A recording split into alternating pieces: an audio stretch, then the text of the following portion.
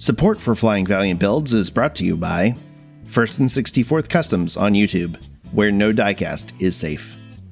Video Geek Productions, all business, all geek. Brian Smith YouTube channel, clever schemes for fun and profit. A generous grant from the Jonathan Vonesh Foundation, and from support from viewers like you. Please like, share, and subscribe. Happy birthday to you, happy birthday to you. Happy birthday, Super Adam.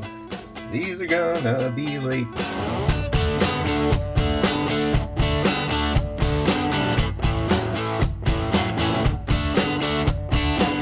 Hey there, folks. Chuck here.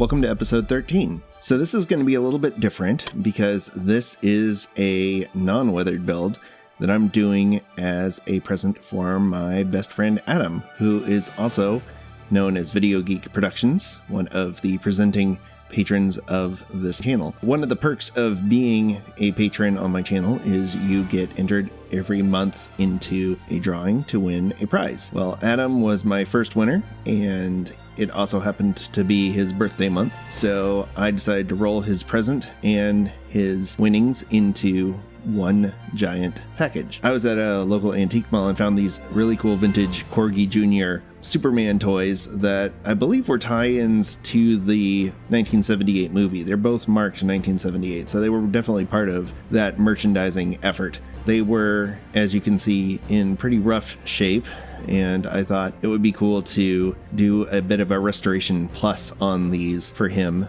and bring them back to what they were and give them a little extra touch to make them his own. This is going to be a little bit different. It's definitely one of the most challenging builds I've ever done because I'm not used to trying hard to make things look nice. So I'm going to just show you the wins on this one because otherwise this would be a 3-hour-long video of me continually stripping and repainting these two trucks. So here we go.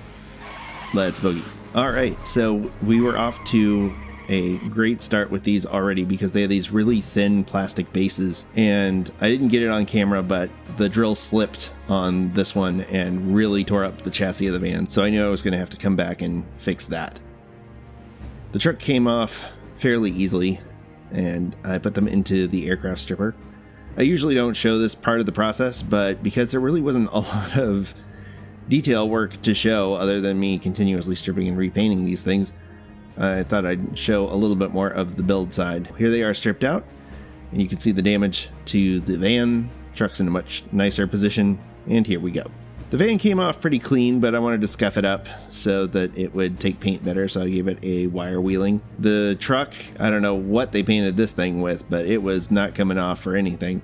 It took a good bunch of wire wheeling, and eventually I went back over it with a pick. Ironically, the paint I put on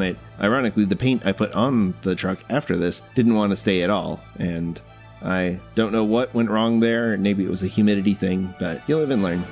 These also had some pretty horrible casting lines because, let's face it, these are toy cars from the 1970s, so my friends the round handle needle files were definitely put to the test to get these things in fighting shape. This was one of my last builds that I did with the rattle can primer. I've switched to using an airbrush primer since then, and that's gone a lot better. And you can see there's one of the reasons why I had to immediately strip this and restart it. I wanted these to have a vintage finish, so I used a oil-based primer because I knew I was going to use a rattle can Rust-Oleum paint to replicate the enamel finish on the original cars. I also wanted the windshields to look nice and new, so I gave them a dip in Pledge. They were actually in pretty good shape. I didn't need to do any polishing on them. They just needed to be revived. And I laid on some Rust-Oleum Gloss White. This is their industrial enamel stuff that comes in the big foil cans. They're really great paints to work with most of the time. I actually used some of the semi-gloss black on many parts of the Valiant. One of the interesting things I noticed with this truck was that the back windows are actually cast into the body. They're not cut out. So I found a color blue that kind of matched the blue of the tinting and painted that in to match. And you'll also see I kind of skipped ahead a bit here because after 4 or 5 repaints on this, I decided to just do the detail work off camera. And the trick that I learned with this was that I was using the Malto pens to get the trim, and while it was looking good at first, but the slightest mistake meant that the oil in the Molotov pen reacted with the oil-based paint that I put on, so it would take the paint off if I wiped it off. And my solution to that was to initially paint everything with MSP acrylic silver and give it kind of a bright finish and get that right up to the edge. And if anything went wrong there, I could just use water to clean it up and get that correct. And then once that was done, go over everything with the Molotov pen, and that way the very edges are silver and you really won't notice the difference, and the rest of the areas that I wanted to be chrome are nice and chrome, and I didn't have to worry about getting it right to that very edge and riding that edge of disaster that kept throwing me off. I did want the van grille to be a little different than the chrome on the bumpers, so I left it with the MSP True Silver paint, and I left it on the rear windows and the license plate so that it had more of a aluminum or stainless steel look. It was also interesting that neither of these actually had an interior to speak of. I went through a bunch of steps to try and make a interior for these, and it didn't work out. But with the tinting in the windows, you really don't notice it. And since I'm going for a super restoration on these, because Adam is my super best friend, I decided I would just carry on and keep them overall stock as far as appearance goes. I was quite impressed with how well the Milliput Superfine did as far as helping me rebuild the chassis on this thing. I kind of just roughed it into shape and then used my super sassy emery board to file everything into place. And the end result was very strong. It bonded very well with the plastic, and after I shot it with some semi-gloss Rust-Oleum black, you really can't tell, unless you're really looking at it, where the damage was done. Took a couple of test fits and a lot of refining, but ended up working out. And there's the semi-gloss black to finish up the chassis. Did my signature oyster white headlights. I then went over it with a gloss varnish to make the headlights pop, and then I realized I was going to go over the whole vehicle with gloss varnish and realized that was kind of silly. I did go with white bumpers on the Leyland truck because the reference photos that I saw, most of them had painted bumpers and not chrome bumpers. I did really like that grille as well. I kept being tempted to black out the area behind the Leyland, but that's not how it looks on the real trucks. I used my Sharpie marker to fill in the little grill openings, and I was really pleased with how that turned out. It ended up looking quite convincing. And then just went around with the red clear and the amber clear to get all the lenses and taillights. Now comes the fun part. The decals were a mess, obviously. So I put them on my scanner and scanned them in to get a scale representation of what they were supposed to look like. I took lots of reference photos. I looked at pictures of versions of these vehicles in much better condition to get some reference, and I even screen recorded all of my process. But something happened on the recording session and on the actual file, and I had to go back and recreate the whole thing. So instead of showing you the screen recording of me redrawing all of these in Photoshop,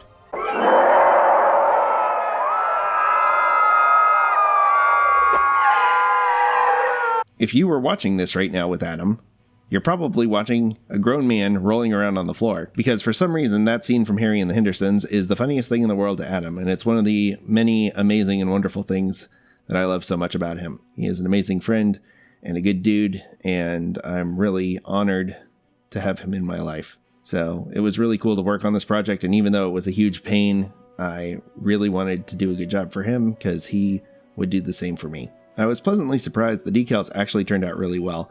And yes, I did go with white over silver because of the complications of me being able to print on silver foil. I can print on silver foil, but I don't have the ability to print white.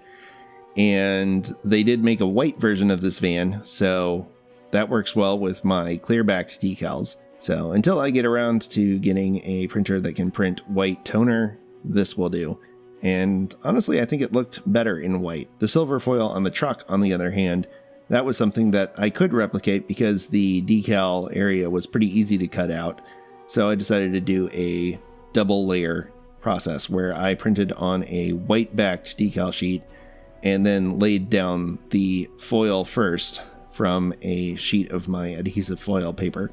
to recreate the foil part of the decal and then just lay the white decal cut out very carefully on top of it.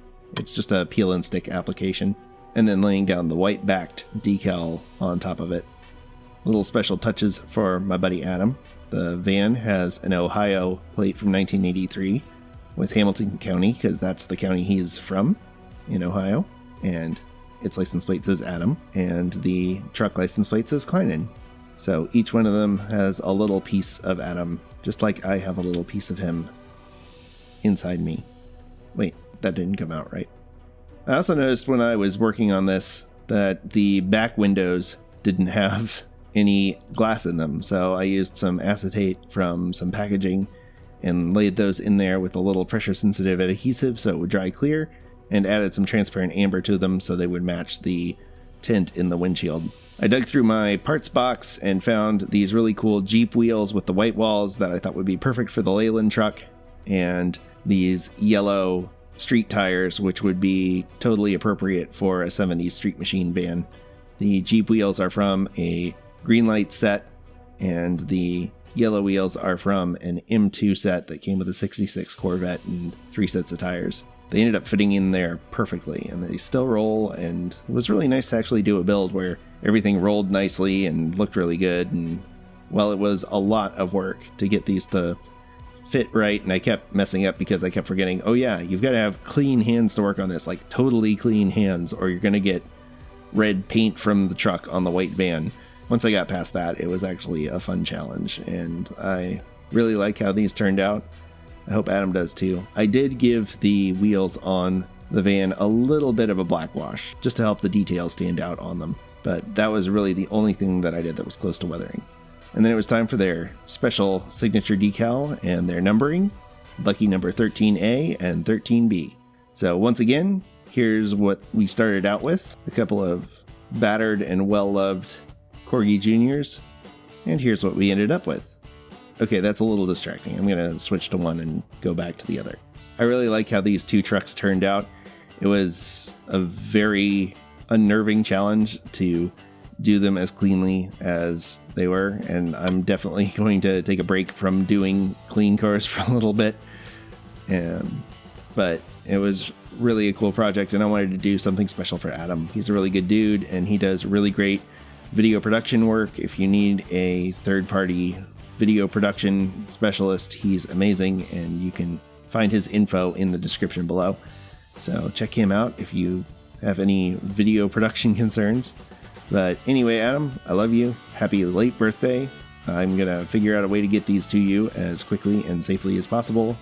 Sorry these are a bit late, but I think they will be worth it. Once again, I would like to give a shout out to my patrons. You saw the presenting sponsors, including Adam at the beginning of this video, but there's also Mid-Island Custom Diecast at the Rockford level. Go check out Evan's channel, Mid-Island Customs. It's a really good channel. He is a really talented builder, and he just built a Corvette model that is making me wish I had spent more time on my Corvette project.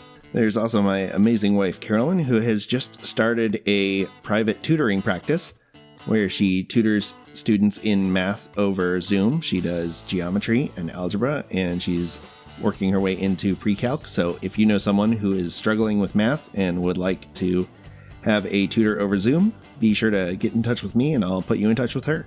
There's also my Douglas level patrons, Drew Rants and Raves podcast, Jordan Kleinhenn, no relation to Adam Kleinhenn.